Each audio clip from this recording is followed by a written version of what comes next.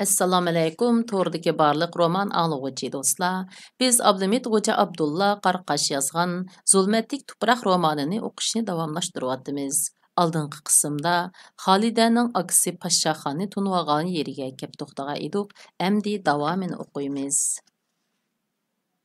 Ular saqchi idorasining kichik mashinasi bilan bir qancha tekshirish chozisidan o'tib, shahar sirtidagi harbiy gazarmaning darvoza oldiga kelib to'xtadi.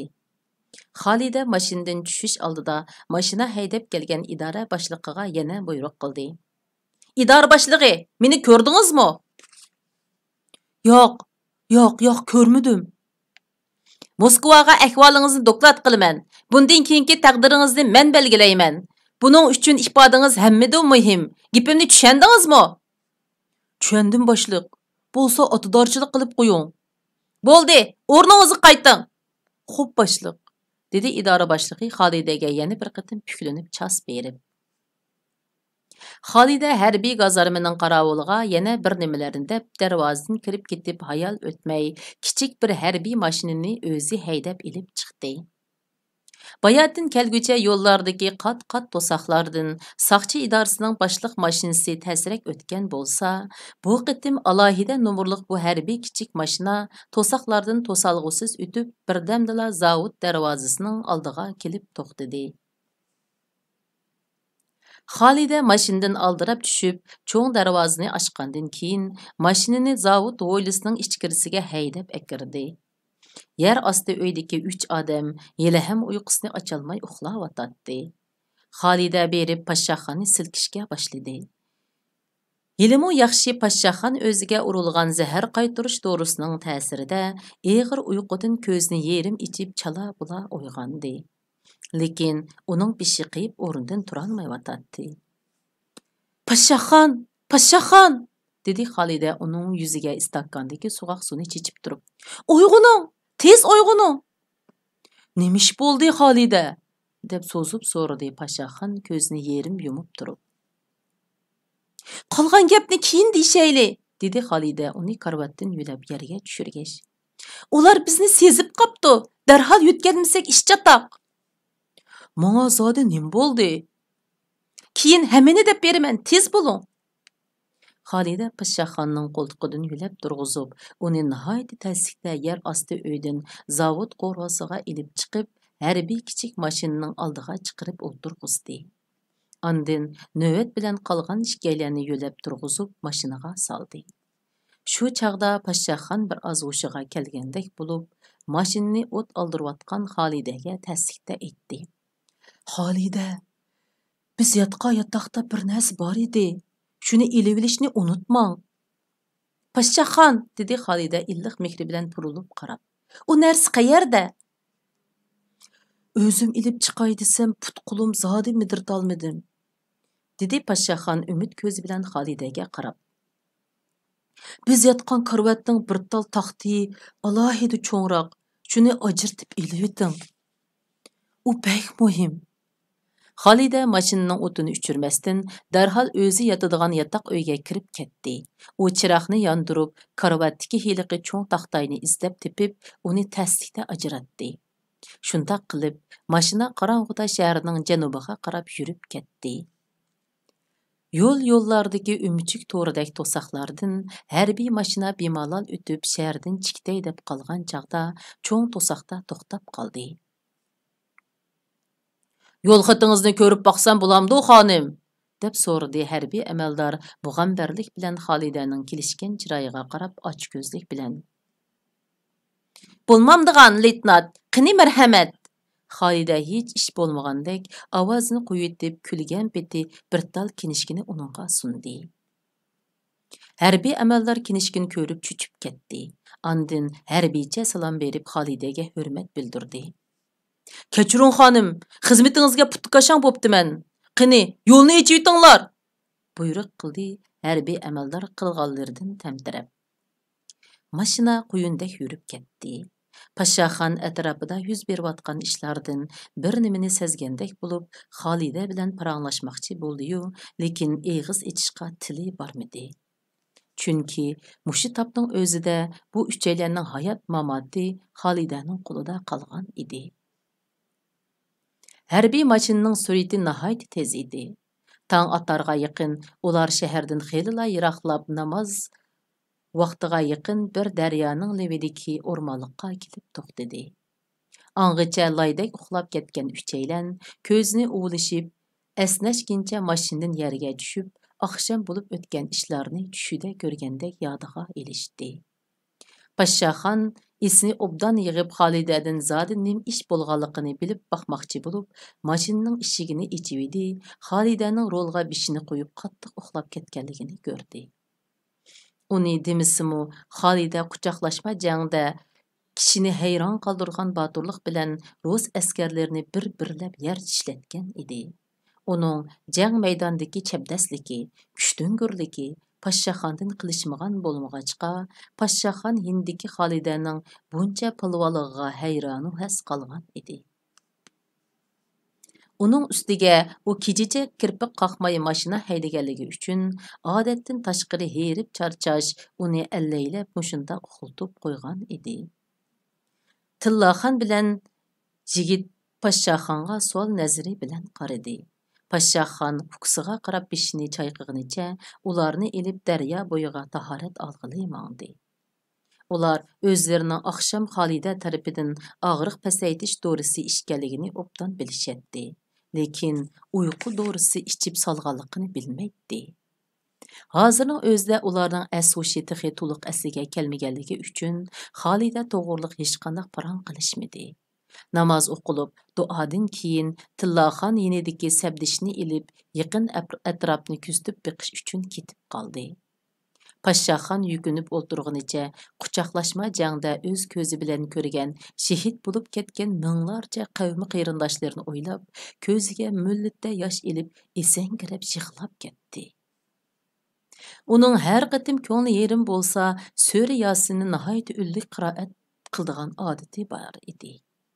Uning kishining yuragini ezdigan odatdan tashqari mo'nglik qiroati daryoning eqiyotgan suyida sozlanib, atdeganda sayrishayotgan qarlag'ashni vichirlashdan to'xtatib etdi.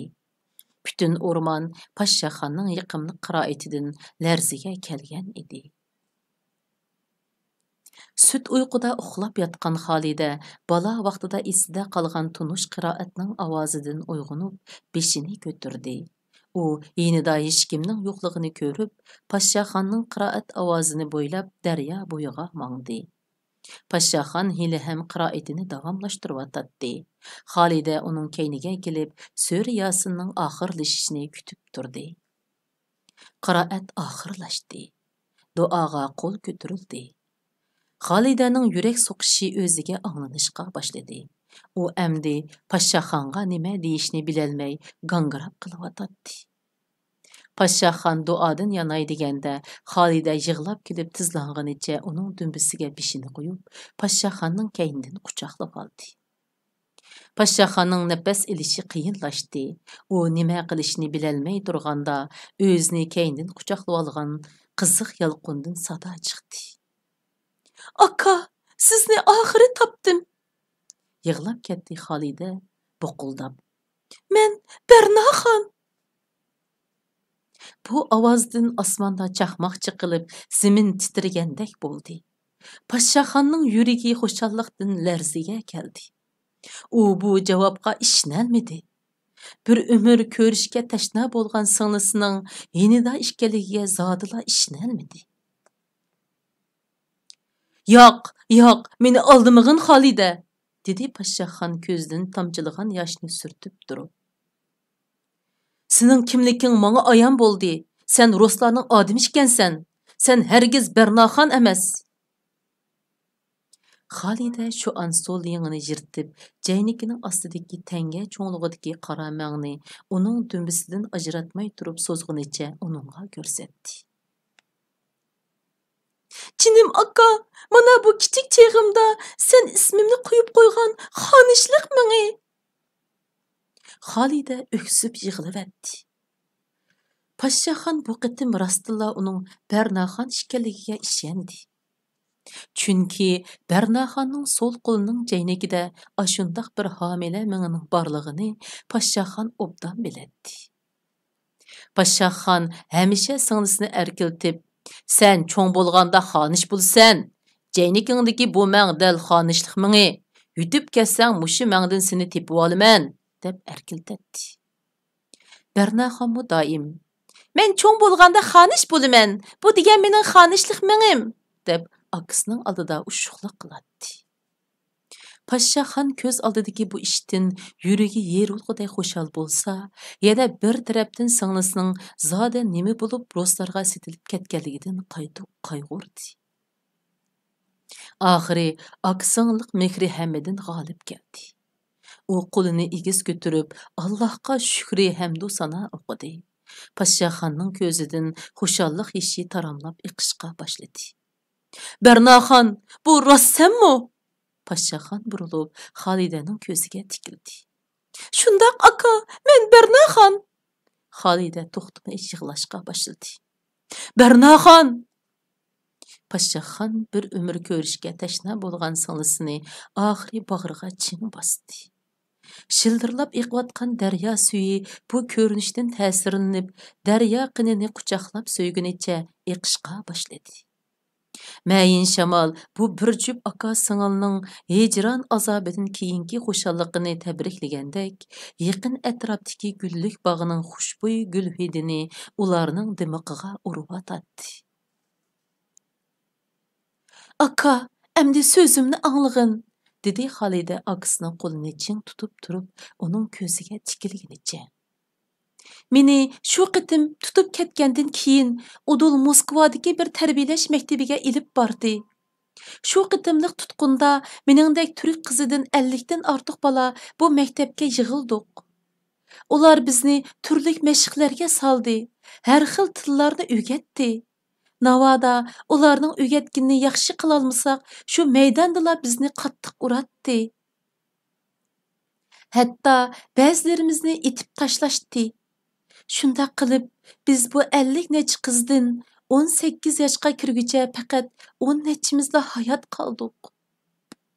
Keyin bilsak, bu Sovet ittifoqidagi josuslik organi KGBning odam yetishtiradigan bazasi ekan. Shunda qilib, men KGBning rasmiy a'zosiga aylandim. Ham ularning ichidagi nupuzliq biriga aylandim. Men chet ellarda Moskva uchun nurg'un ishlarni qildim. Mening ta'minotim, imtiyozim boshqalarnikidan alohida yuqori edi. Shunda qilib, men borgan sari mashina odamga aylanib qoldim. Men o'ldirgan odamlarning kimligini bilmayman. Ularni sanabmi tugitalmayman. Men o'zimni izchil rus millatidan deb qarab keldim.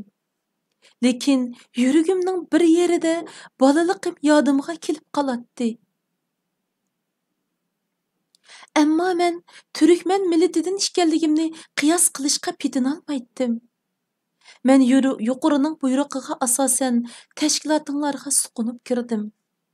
Mening vazifam sizlarning ichki ahvolinglarni egallab, butun a'zolaringlar bilan qo'lga tushirish edi. Lekin yuqorining buyrug'i tuyuqsiz o'zgardi. Demakchi bo'lganingiz, so'rdi Pashshaxon Xolidaning ikki qo'lini tutib turib. Moskva sizlarning kayninglarda Aqsaroyning bar yo'qligini bilmoqchi ekan.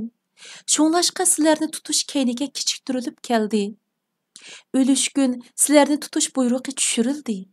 Akşam zavodda sizlarni dora bilan uxultib etib, ularga sizlarning o'rninglarni aytib, 1 soat ichida kelishini dedim. Lekin ko'nglimning bir yeri buningga yo'l qo'ymayotdi.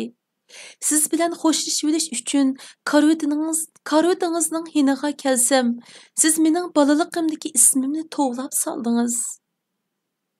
Bu ism meni yiroq o'tmishga qaytadan boshlab, xotiramni texmi to'liq asliga akilishga yordam qildi. Kichikligimdagi Pashshaxon akamni yodimga soldi. Dumbingizdagi men o'ynaydigan monchoq go'sh sizning Pashshaxon ekanligingizni yana bir qitim dalilladi. Sizga bo'lgan mehrim KGBning 10 necha yillik tarbiyasidan g'olib keldi. Shuning bilan qo'limga simsiz telegrammini ilib, vaqtni bir kun keyniga so'rudim. Esingizda bo'lsin aka, Men sizlarni pash qilishdan boshqa sizlarga yuz kelolmaydigan hech qanday ishni qilmadim. Shundaqdimi, yanala o'limga loyiqman. Qilganlarim uchun mana bu qurolni ilib, hozirning o'zida meni itib tashlasangiz bo'ladi. Men o'limga loyiq aka. Namoyish bo'ldigan ishdan ularni xabarlandirmaganmi? deb so'radi podshohxon ajablanib. KGB bundaq ishlarga ancha qiziqib ketmaydi. Lekin ularning butun maqsadi Amerikaning bu ishga qo'l tiqqan josuslarning salohiyatini bilish ham Turklar ittifoqining tashkiliy qurilmasini to'liq egallash. Aka, endi menga qo'l solsangiz bo'ladi. Xolida yig'idan qizargan ko'zini yumib, o'limga tayyorlik qilib turadi. Podshohxon uning qo'lidagi qurolni qo'liga oldi. Qurolni betlab Xolidaning beshiga tangidi. Andin tinsiz ko'zlaridan yosh to'kunicha qurolni yonga tashlab etib, Xolidani chin quchoqladi. Bernaxon, jinim singlim. Aka, jinim aka. Xolida bu qitim silib yig'lig'inicha podshohxonning bo'yniga mahkam isildi. U gapni qo'ying Bernaxon, qani ayting-a, endi ikkinchi qadamni qanday qilamiz? dedi podshohxon singlisining murusini qo'sh qo'llab tutib turib. Meni kechiramsiz podshohxon, dedi Xolida yumilgan ko'zlarini ichib uningga o'tliq ko'zi bilan tikilib. Endi sizni yuttirib qo'yg'im yo'q Bernaxon, deb keskin javob berdi podshohxon salmoqliq bilan. Meningcha, dedi Xolida bishini lingshitib tamkin holda. Ular bugun kech zavodga yetib kelib ahvolni bilgandan keyin darhol ikki ishga atlandi. Buning biri meni o'ltirish, yana biri sizni tirik qo'lga tushirish. KGB azaldan davlat ichidagi shaxslarni tutqun qilishda o'z askarlarining hayotini bundaq ko'p chiqim qilmagan. Men mashina bilan bostirib o'ltirgan askarlar mana buning misoli. Bularning hammasini KGB planlagan. Shuningga qaraganda siz ular uchun behla muhim shaxs. Endi biz mushu yerda ayrilishimiz kerak. Ular meni nihoyat osonla tepib oladi. Demoqchi bo'lganingiz, farazimcha ular ilgari mening badanimga signal tarqatadigan bir narsani yoshirib qo'ydi bo'lg'ay, qayerlikini menmo bilmayman. Burun ular meni osonla tepib oladi. Shuning uchun men beshinglarga balo bo'lsam bo'lmaydi. Biz mushu joyda ayrilayli podshohxon. Yo'q, Bernaxon. Men bir qitim sizni ularga tartqizib qo'ygan. Endi bu ishning qayta takrorlanishini xohlamayman. Shunda qilib bu qitimli roman o'qishimiz mushargich bo'ldi. Kela qitim ko'rishayli, xayr xo'sh.